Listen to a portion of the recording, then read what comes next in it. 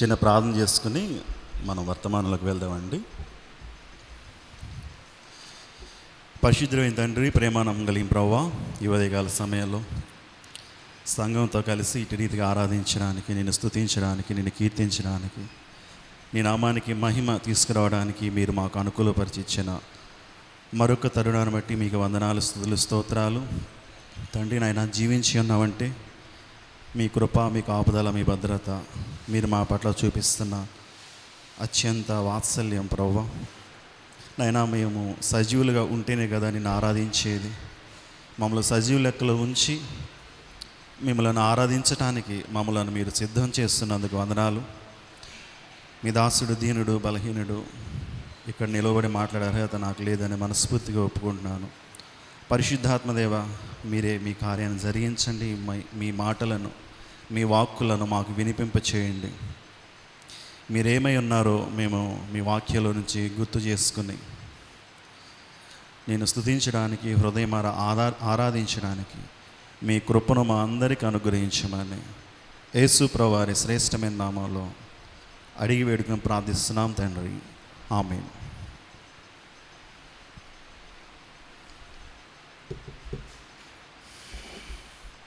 Praise lord. చేరి వచ్చిన మీ అందరికీ యేసు ప్రభువారి నామంలో వందనాలండి.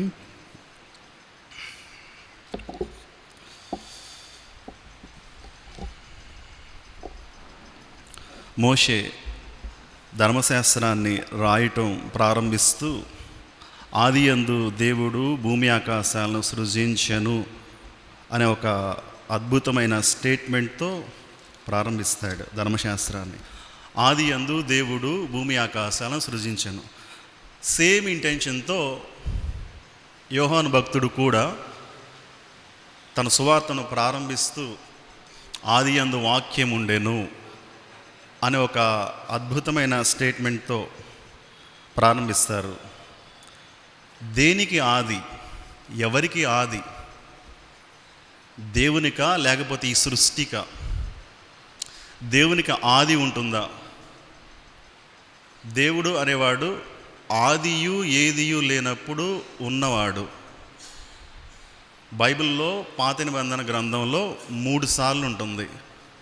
మొదటి వాడను, కడపటి వాడను యెషయా గ్రంథంలోనే ఉంటుంది. అదే క్రొత్త నిబంధనలో సేమ్ వర్స్ రిపీట్ అవుతుంది. రెవల్యూషన్స్లో 3 టైమ్స్. మొదటి వాడను నేనే, కడపటి వాడను నేనే.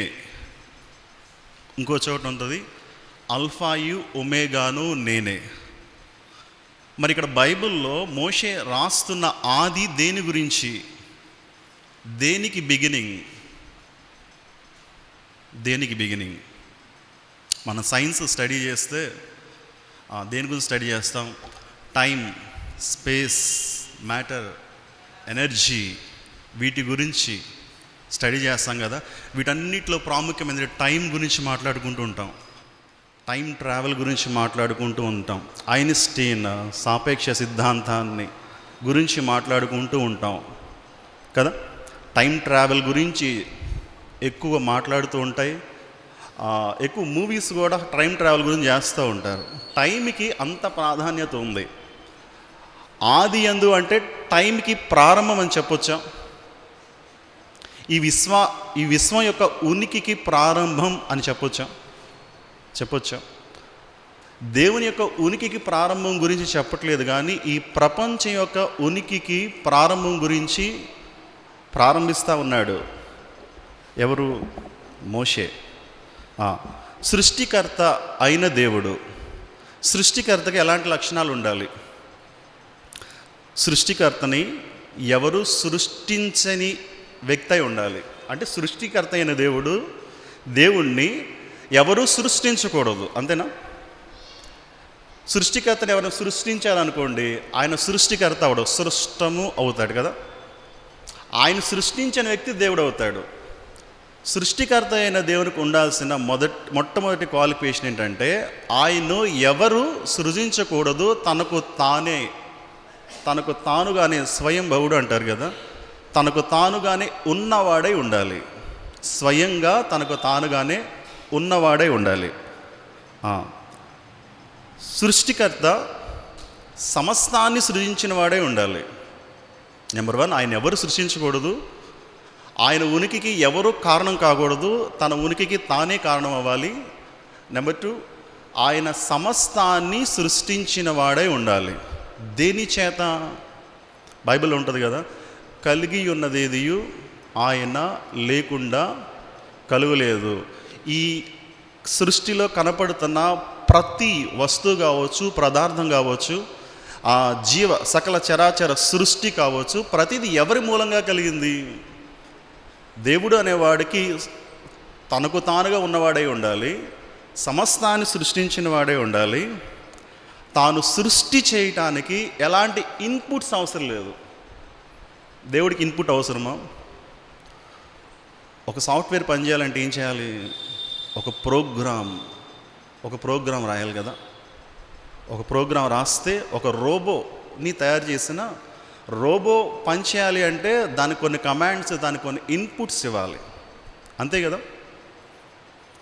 ఈ ఫుల్పిట్ తయారు చేశారు, దేంతో తయారు చేశారు? ఒక ఇన్పుట్ వుడ్. తనకు తానుగానే ఉందా ఈ చెక్క? నేను ఇలా చెప్తాను, ఇది కొన్ని వందల సంవత్సరాల క్రితం అక్కడ 3 చెట్లు ఉండేయండి, అవి పరిణామం చెంది పుల్పిట్లు అయిపోయినాయి అంటే ఏమంటారు మీరు?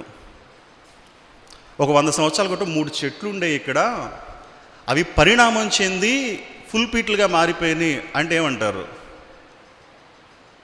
కుర్చీలు ఉన్నాయి కదా, కొన్ని సంవత్సరాల క్రితం అదొక ప్లాస్టిక్ అండి, ఒక పదార్థము, అవి పరిణామం చెంది కుర్చీలుగా మారిపోయినాయి అంటే నమ్ముతారా? ఫూల్ అంటారు కదా. ఎవరో తెచ్చిపెట్టారు ఇక్కడ, ఎవరో కుర్చీలు వేశారు అక్కడ కదా, ఎవరో తయారు చేశారు. దాని మీద మ్యానుఫ్యాక్చర్ నేమ్ ఉంటుందా? నీల్ కమలను, ఈ ఫ్యాన్ ఉంటే ఫ్యాన్కి నేమ్ అన్నో, ట్యూబ్లైట్ ఉంటే ట్యూబ్లైట్ నేమ్, యాంప్లిఫైర్ ఉంటే దానికి నేమ్, మ్యానుఫ్యాక్చరర్ ఉంటారు కదా. వాటికి అవే లేవు, ఎవరో కలుగు చేశారు, సృష్టించారు.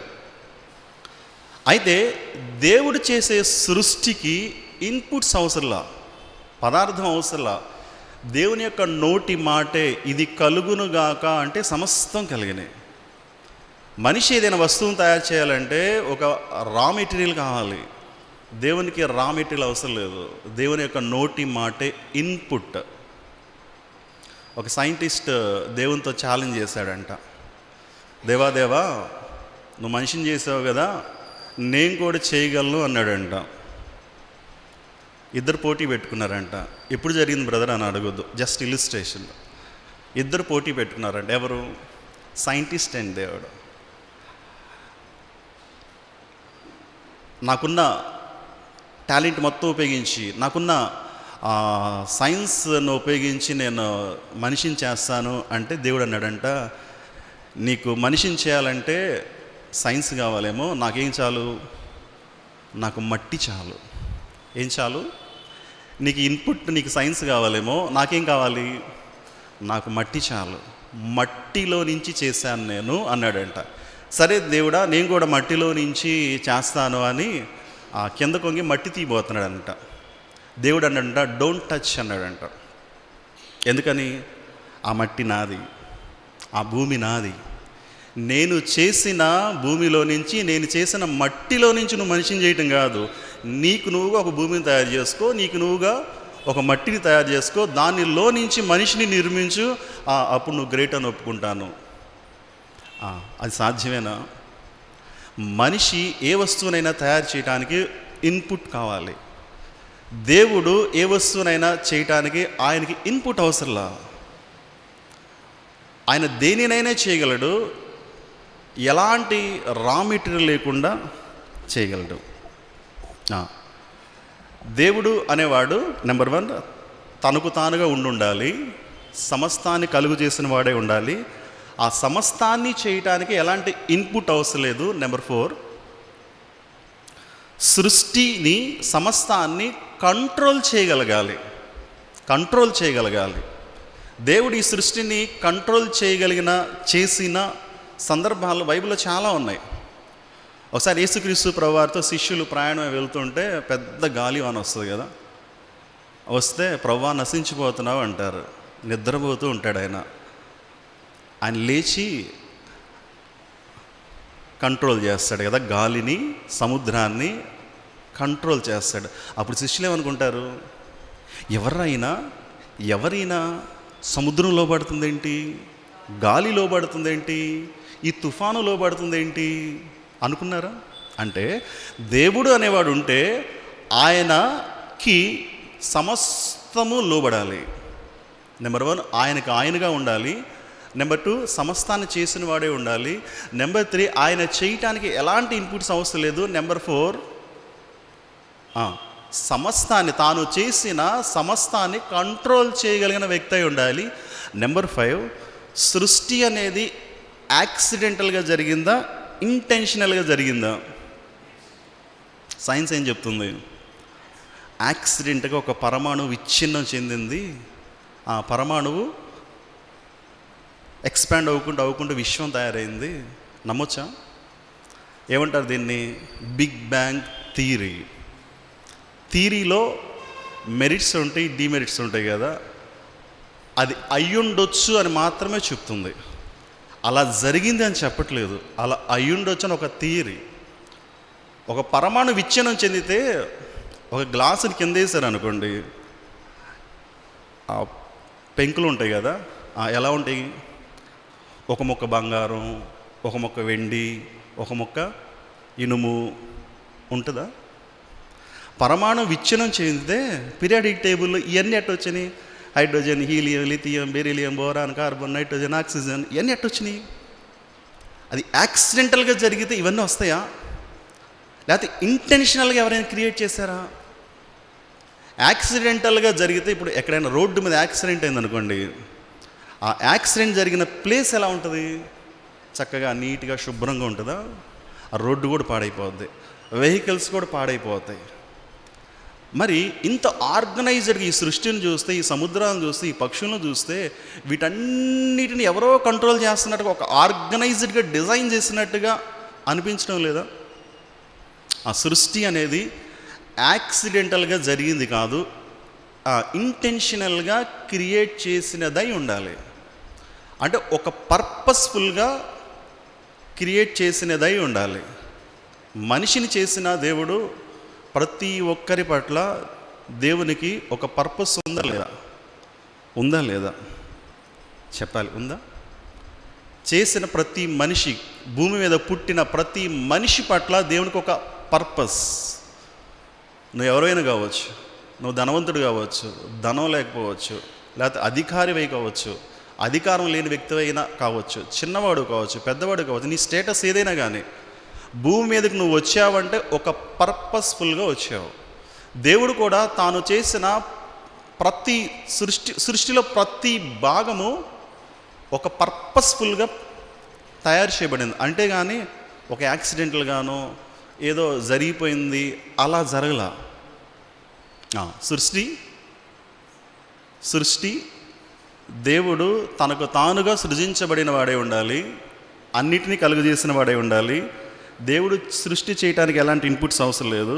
సృష్టిని కంట్రోల్ చేసే అధికారం దేవుడైన వ్యక్తికి ఉండాలి. ఇంకా యాక్సిడెంటల్గా జరిగిన పని అయి ఉండకూడదు, ఇంటెన్షనల్గా జరిగిన క్రియేషన్ అయి ఉండాలి.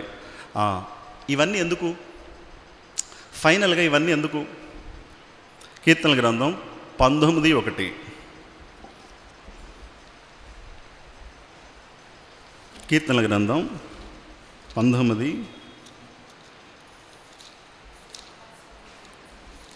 చదువుతారా? ఆకాశములో దేవుని మహిమను వివరించుచున్నవి, ఈ సృష్టి అంతరిక్షము ఆయన చేతి పనుని ప్రచురపరచుచున్నది. ఎవర్రా దీన్ని ఎవరు చేశారా? షర్ట్ చూస్తే ఎవరు కుట్టారా? భలే కుట్టారు అంటారు కదా. ఎవరా ఈ పెయింట్ వేసింది? ఎవరి పెయింట్ వేసింది? ఎవర్రా పాట పాడింది? పాట పాడుతున్నప్పుడు ఆ పాట విని సింగర్ ఎవరో చెప్పొచ్చు. ఈ బిల్డింగ్ని కన్స్ట్రక్షన్ ఎవరు? ఈ ఆర్కిటెక్ట్ ఎవర్రా? ఎంత బాగా డిజైన్ చేశాడు. ఈ కన్స్ట్రక్షన్ చూసి ఆర్కిటెక్ట్ ఎవరో చెప్పొచ్చు. ఈ సృష్టిని చూసి సృష్టికర్త ఎవరో చెప్పొచ్చు. ఇవన్నీ దేని కొరకు అంటే ఆయన నామాన్ని మహిమ తీసుకురావటం కొరకు, గ్లోరిఫై హిజ్ నేమ్. అదే కదా, ఆకాశములు దేవుని మహిమను పరుచు. ఈ సృష్టిలో చేయబడిన ప్రతి సృష్టము దేవుని నామానికి మహిమ తీసుకురావటానికైనా అని చెప్పొచ్చు కదా. నెంబర్ 1 ఆరాధనకి, ఈరోజు మనం చేయబోయే ఆరాధనకి ఫస్ట్ పాయింట్ ఏంటంటే, సృష్టికర్త అయిన దేవుడు, ఆ సృష్టికర్త తనకు తానుగా ఉండాలి, అన్నిటినీ చేసిన వాడై ఉండాలి, తాను చేయటానికి ఎలాంటి ఇన్పుట్ అవసరం లేదు, తాను చేసిన ప్రతి దాన్ని కంట్రోల్ చేయగలిగిన వ్యక్తి అయి ఉండాలి, తాను చేసిన ప్రతిదీ ఇంటెన్షనల్గా చేసే ఉండాలి, తాను చేసిన ప్రతి వస్తువు ద్వారా తన నామానికి మహిమ తెచ్చుకునే వాడై ఉండాలి. కాబట్టి మన దేవుడు ఎలాంటి దేవుడు? సృష్టికర్త అయిన దేవుడు. రెండో మాట,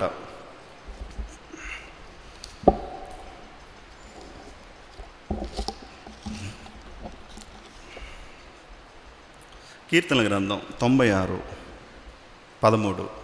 కీర్తనలు 96:13.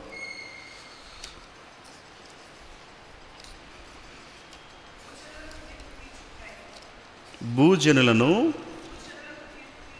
తీర్పు తీర్చుటకై యెహోవా వేంచేయుచున్నాడు, న్యాయమును బట్టి లోకమునకు తన విశ్వాస్యతను బట్టి జనములకు ఆయన తీర్పు తీర్చును. ఏమనొచ్చు? ఈ మాటలన్నిటిని బట్టి దేవుడికి ఏం పేరు పెట్టవచ్చు? ఇవన్నీ ఎవరి గురించి రాయబడ్డాయి? దేవుడి గురించి రాయబడ్డాయి. వీటిని బట్టి ఒక చిన్న స్టేట్మెంట్, ఒక వర్డ్ ఏమని చెప్పచ్చు? న్యాయాధిపతి, జడ్జ్ అనొచ్చా? ఆ దేవుడు న్యాయాధిపతి అయిన దేవుడు.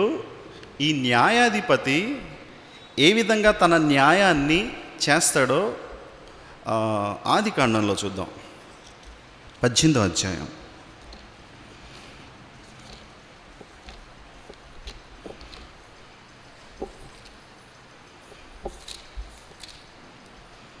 ఆదికాండము 18వ అధ్యాయము 23. అప్పుడు అబ్రహాము సమీపించి ఇట్లా, నేను దుష్టులతో కూడా నీతిమంతులను నాశనము చేయుదువా? అబ్రహాము ఇచ్చిన ఆతిథ్యాన్ని స్వీకరించి ఎక్కడికి వెళ్తున్నారు వీళ్ళు? మమ్రే దగ్గరున్న సింధూర వనంలో దేవదూతలు కనపడి, దేవుడు కనపడి, యెహోవా కనపడి అని ఉంటుంది. ప్రభువా, వెళ్తున్నావు కదా, దారిలో మా ఇంటికి వచ్చి కొంచెం ఆతిథ్యం తీసుకుని వెళ్ళు అంటాడు. ఆ ఆతిథ్యం పుచ్చుకున్న వెంటనే నెక్స్ట్ జర్నీ ఎక్కడికి?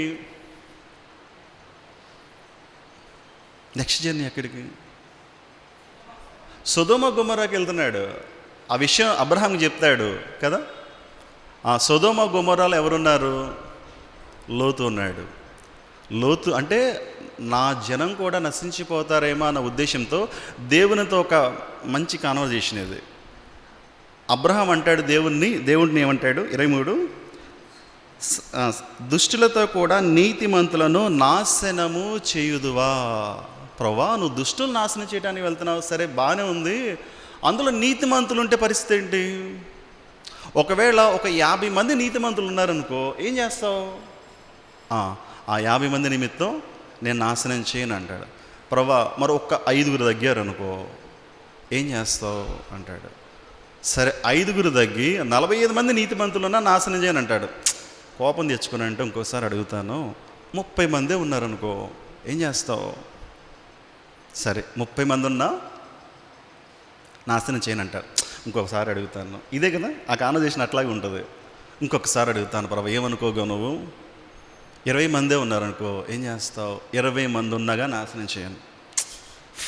లాస్ట్ అండ్ ఫైనల్ ఒకే ఒకసారి 10 మందే ఉన్నారనుకో ఏం చేస్తావు? 10 మంది ఉన్నా నాశనం చేయను అన్నాడు కదా. అంటే దీన్ని బట్టి ఏమర్థం అవుతుంది? దేవుడు తీర్పు తీర్చే క్రమంలో నీతిమంతుల్ని నాశనం చేయుడు, దుష్టులను శిక్షించే క్రమంలో నీతిమంతులు అంటే దేవుని యొక్క తీర్పులో అన్యాయం అనేది ఉండదు. ఇప్పుడు యాక్సిడెంట్లో 30 మంది బస్సులో చచ్చిపోయారు అనుకోండి, దేవుడు ఎంత అన్యాయస్తుడురా అంటామా? అంటాం కదా. 100 మంది ఉన్నారనుకోండి, 100 మందిలో 99 మంది పాపులు, ఒక వ్యక్తి నీతిమంతుడై ఉన్నాడు అనుకోండి, ఏమంటాం మనం? దేవుడు ఎంత అన్యాయం చేశాడ్రా అని మనం అనుకుంటాం. కానీ దేవుడు ఎలాంటి న్యాయాధిపతి అంటే, తాను చేసే న్యాయంలో అన్యాయం అనేది ఉండదు. అన్యాయపు తీర్పు దేవుడు తీర్చడు. న్యాయాధిపతి అయిన దేవుడు అన్యాయపు తీర్పును తీర్చడు. అందులో నీతిమంతులు ఉంటే మనం మాట్లాడుతాం కదా, రాజ్యాంగంలోనూ రెగ్యులర్గా మనం మాట్లాడుతుంటాం, 100 మంది దోషులు తప్పించుకున్నా పర్లేదు, కానీ ఒక్క నిర్దోషికి శిక్ష పడకూడదు అనే మాట రెగ్యులర్ వినలేదా మీరు? నేనైతే చాలాసార్లు విన్నా. 100 మంది దోషులు తప్పించుకున్నా పర్లేదు, ఒక్క నీతిమంతుడికి శిక్ష పడకూడదు. లోకంలో ఉన్న న్యాయస్థానాలే ఇలాంటి నీతిని పాటిస్తే, ఆయన దేవుడు, ఆయన మనసులను ఎరిగిన దేవుడు, ఎవరి మనసు ఎలాంటిదో గ్రహించిన దేవుడు, ఆయన తీర్పులో అన్యాయం ఉంటుందా? దేవుడు న్యాయాధిపతి అనే దేవుడు, ఆయన తీర్పులో అన్యాయపు తీర్పు ఉండదు. న్యాయమును బట్టి లోకమునకు తీర్పు తీర్చే దేవుడు. కొరింథీయులకు రాసిన 2వ పత్రిక 5వ అధ్యాయము 10వ వచనం.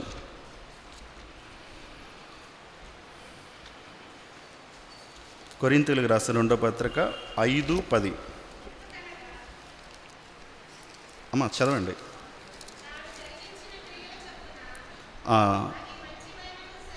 మంచివైనను సరే చెడ్డవైనను సరే పొందునట్లు మనమందరమును క్రీస్తు న్యాయపీఠం. ఎవరు క్రీస్తు న్యాయపీఠ ఎదుట ఎవరు ప్రత్యక్షమవుతారు? రక్షించబడిన ప్రతి వ్యక్తి. రక్షించబడంగానే ఇక నువ్వు నా సొత్తు అయిపోయావులే, నువ్వు ఏ తప్పులు చేసినా కానీ పట్టించుకోవాలి అంటలా దేవుడు. దేవుని యొక్క తీర్పులో అన్యాయం ఉండదు. నెంబర్ 1, దేవుని యొక్క తీర్పులో పార్షియాలిటీ ఉండదు. క్రీస్తు న్యాయపీఠం ఎదుట నువ్వు బోధకుడు అయినా, కిందుండి పనిచేసే పరిచారకుడు అయినా, ఎవరివైనా కావచ్చు, ప్రతి ఒక్కరూ క్రీస్తు న్యాయపీఠం ఎదుట ఏమవ్వాలి? ప్రత్యక్షపరచబడే ఒక రోజు ఉంది క్రీస్తు న్యాయపీఠం ఎదుట. దీన్ని బట్టి ఏం చెప్పచ్చు? దేవుని యొక్క తీర్పులో పార్షియాలిటీ లేదు. ఇంతకుముందు ఏం చెప్పుకున్నాం? దేవుని యొక్క తీర్పులో అన్యాయం లేదు. ఇంకొంచెం ముందుకెళ్దాం. పేతురు రాసిన 2వ పత్రిక, దానికంటే ముందు యోహాను పత్రిక, యోహాను సువార్త 5:2.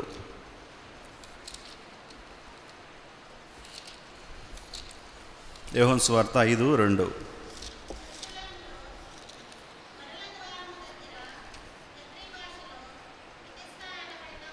అమ్మా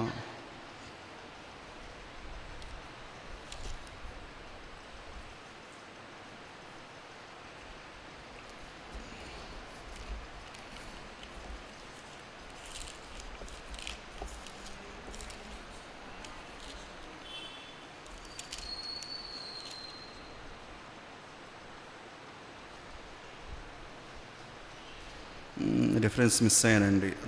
అందులో ఏముంటుందంటే, తీర్పు తీర్చుటకు దేవునికి సర్వాధికారం ఉంది అని ఉంటుంది.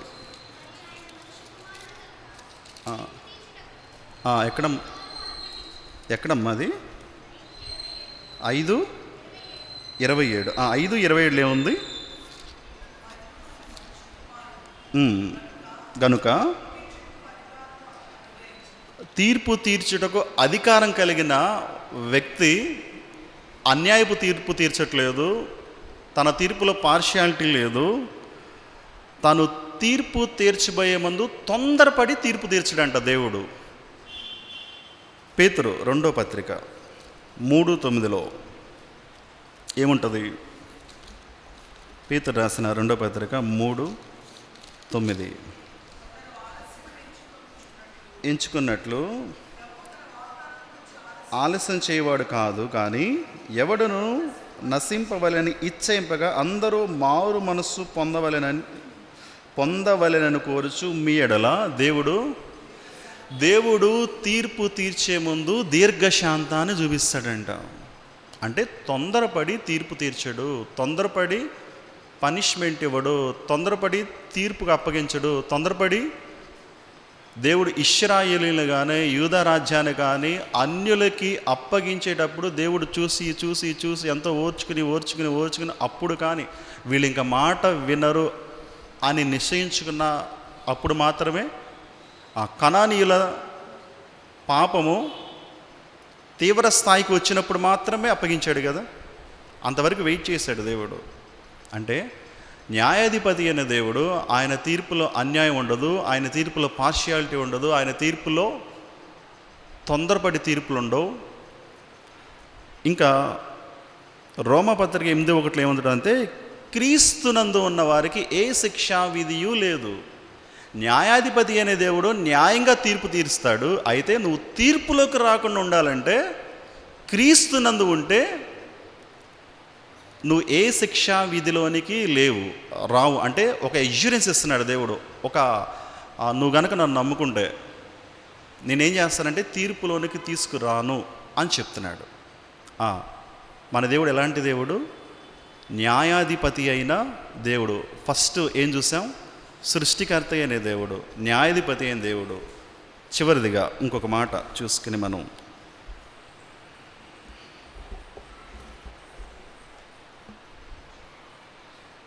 యెషయా గ్రంథం 44:6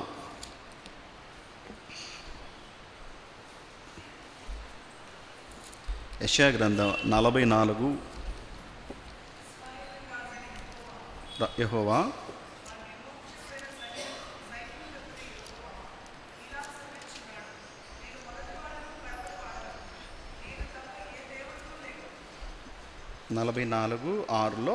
ఇశ్రాయేలు రాజైన యెహోవా వారి విమోచకుడైన సైన్యములకు అధిపతియగు యెహోవా ఇలాగూ సెలవిస్తున్నాడు. ఫస్ట్ లైన్లో ఏముంటుందంటే ఇశ్రాయేలు రాజు. ఆ దేవుడు ఎవరు? రాజు. రాజుకు ఉండాల్సిన లక్షణాలు ఏంటి? రాజుకు ఒక రాజ్యం ఉంటుంది. ఆ రాజ్యం ఎలాంటి రాజ్యం?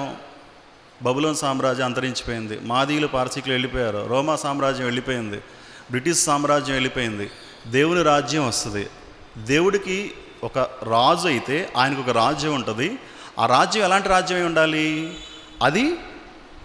దానికి ఎలాంటి ముగింపు ఉండకూడదు, అంతము లేని రాజ్యమై ఉండాలి. ఆ రాజ్యాన్ని పరిపాలించే రాజుకి సార్వభౌమాధికారం ఉండాలి. ఆయన రాజ్యంలో పరిపాలన ఎలా ఉందంటే పర్ఫెక్ట్ జస్టిస్తో ఉండాలి. ఆయన యొక్క తీర్పును కానీ ఆయన యొక్క మాటని అపోజ్ చేయకుండా ఉండాలి. ఒకవేళ రాజు అయితే, ఒకవేళ ఆ రాజు మంచి రాజు అయితే తను చేసే ప్రామిసెస్ అన్నిటిని నెరవేర్చాలి. అదే రాజు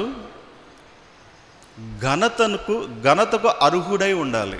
రాజు అంటే ఇవి చెప్పవచ్చా? అధికారము, పరిపాలన అని మనం చెప్పుకుంటాం. కానీ ఈ రాజు ఎలాంటి రాజు అంట? 6వ వచనంలో ఇశ్రాయేలు రాజు యెహోవా వారి విమోచకుడైన రాజు. అంటే చాలా గొప్ప విషయాలు చెప్పుకున్నాం.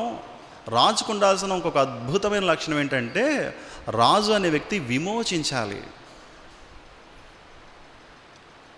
యేసుక్రీస్తు ప్రభువారు విమోచించారా లేదా మనల్ని? ఎలా విమోచించాడు ఆయన?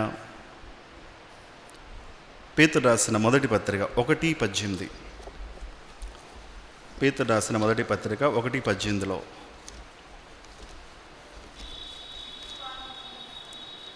వ్యర్థ ప్రవర్తన విడిచిపెట్టినట్లుగా విమోచించబడలేదు. కానీ దేని చేత విమోచించబడ్డారు? ఈ రాజున్నాడు. ఈ రాజు రాచరికం మాత్రమే చేయట్లేదంట, తను ఏం చేస్తున్నాడంటే విమోచన చేస్తున్నాడంట. దేని నుంచి విమోచన అంటే పాపం నుంచి విమోచించడం కొరకు ఆయన ఏం చేస్తున్నాడు? రక్తాన్ని చిందిస్తున్నాడు. అదే కదా ఉంది. విడిచిపెట్టిన వెండి బంగారం అంటే క్షయ వస్తువుల చేత మీరు విమోచించబడలేదు, కానీ అమూల్యమైన రక్తము చేత, అనగా నిర్దోషమును నిష్కలంకమునకు గొర్రెపిల్ల వంటి క్రీస్తు రక్తము చేత విమోచించబడితిరని. ఈయన రాజ్యము రాచరిక పరిపాలన చేయటం మాత్రమే కాదు, విమోచకుడైన రాజు అని చెప్పొచ్చా. ఆయన విమోచన చేయటానికి తన ప్రాణాన్నే పెట్టాడు. అంతేగా, విమోచన రక్తం వల్ల జరిగింది. రక్తం చిందించడం అంటే ప్రాణం పెట్టడమేగా. ఒక రాజు తన రాజ్యం కొరకు ప్రాణం పెడతాడా? ఈ రాజు పెట్టాడు. విమోచనకర్త అయిన రాజు అనొచ్చా? రాజు ఆయన విమోచన చేసిన రాజు, లేదా విమోచన కలిగించిన రాజు అనొచ్చా? మనం ఆరాధన చేయటానికి ఇంకొక పాయింట్ ఏంటంటే, మన రాజు ఎలాంటి రాజు? విమోచన కలిగించిన రాజు. చివరిగా కీర్తనల గ్రంథం 106:22.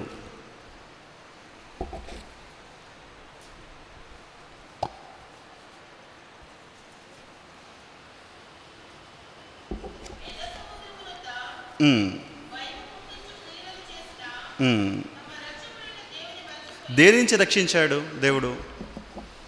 ఎర్ర సముద్రం నుంచి, ఫరో సైన్యం నుంచి రక్షించాడా?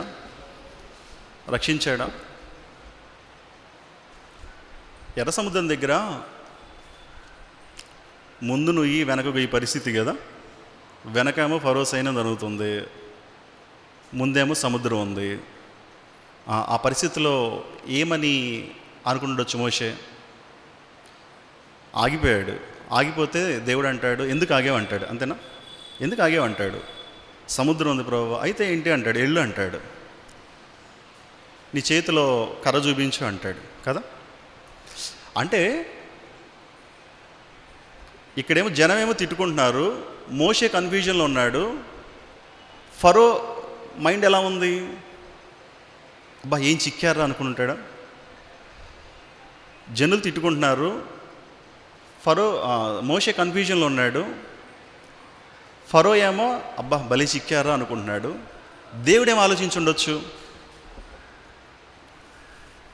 ఆలోచించవచ్చు?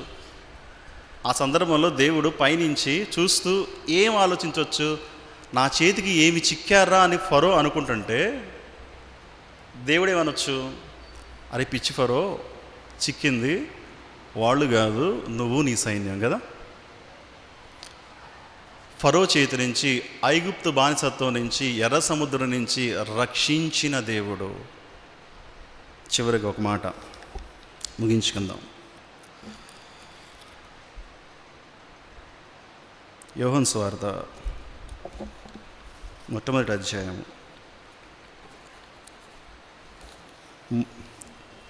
యోహాను మొదటి పత్రిక 4:14. నేను ముగిస్తున్నాను. యోహాను మొదటి పత్రిక 4:14. లోకరక్షకుడుగా ఉండుటకు పంపించాడు. లోకరక్షకుడుగా ఉండుటకు యేసుక్రీస్తు ప్రభువారిని ఈ లోకానికి పంపించాడు. రక్షకుడు చేయాల్సిన పని ఏంటంటే, రక్షకుడు